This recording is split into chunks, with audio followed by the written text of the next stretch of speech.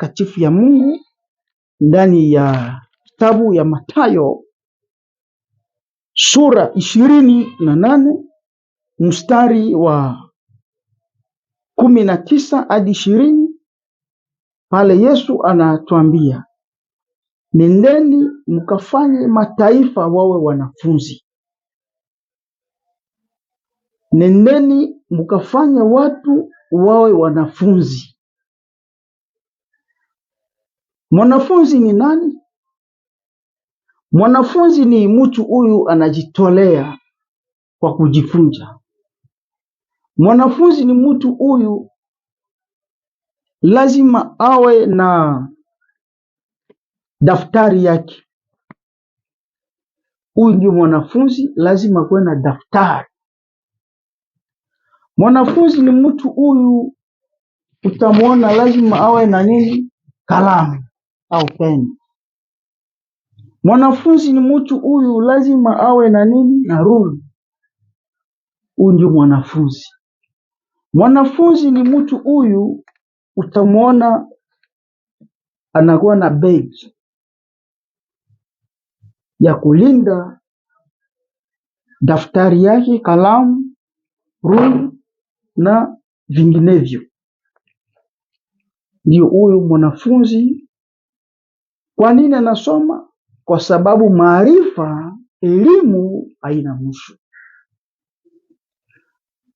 Ndio Yesu anatuambia, nendeni mkafanye mataifa wawe wanafunzi.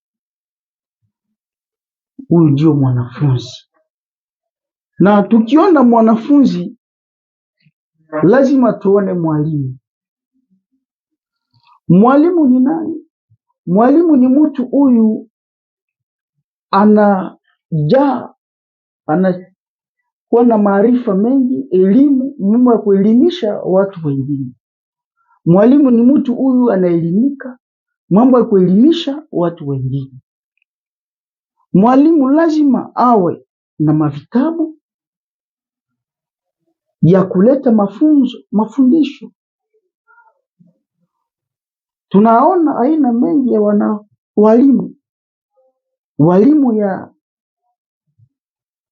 sayansi na walimu ya neno la Mungu. Lazima huyu mwalimu wa neno la Mungu awe na Biblia, awe na mavitabu ambayo inaongea neno la Mungu, mambo ya kuenda kuelimisha vile wengine, ili wale wawe wanafunzi.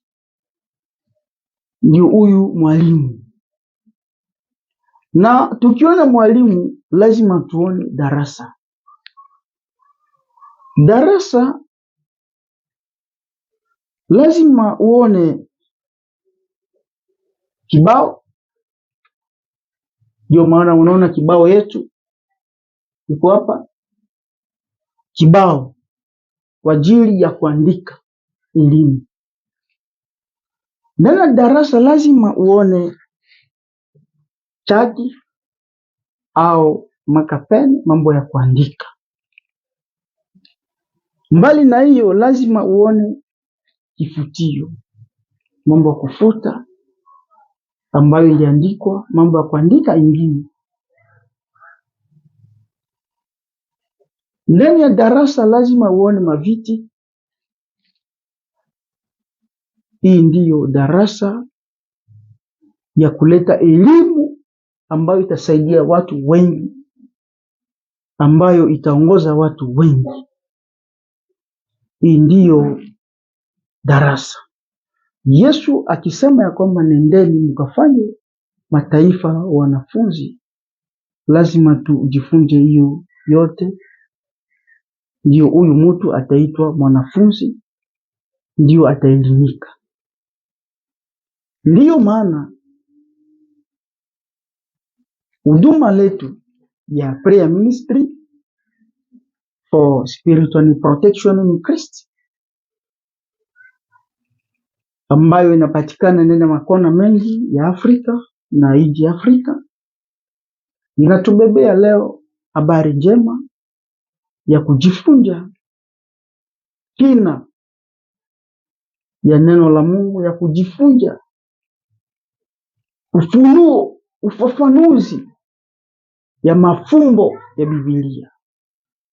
Kwa nini? Kwa sababu Biblia sio kama magazeti. Biblia ni maandiko takatifu ya Mungu, ni neno la Mungu ambayo inajaa na mafumbo. Ndiyo hiyo shule letu au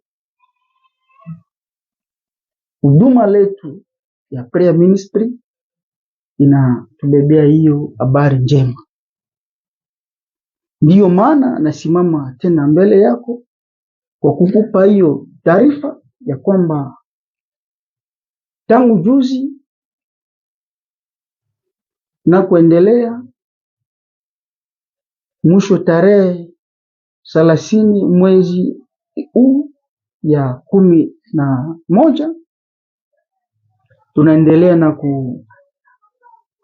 kuandikisha wale wanataka kuiongeza maarifa juu ya maarifa ambayo wapo nayo.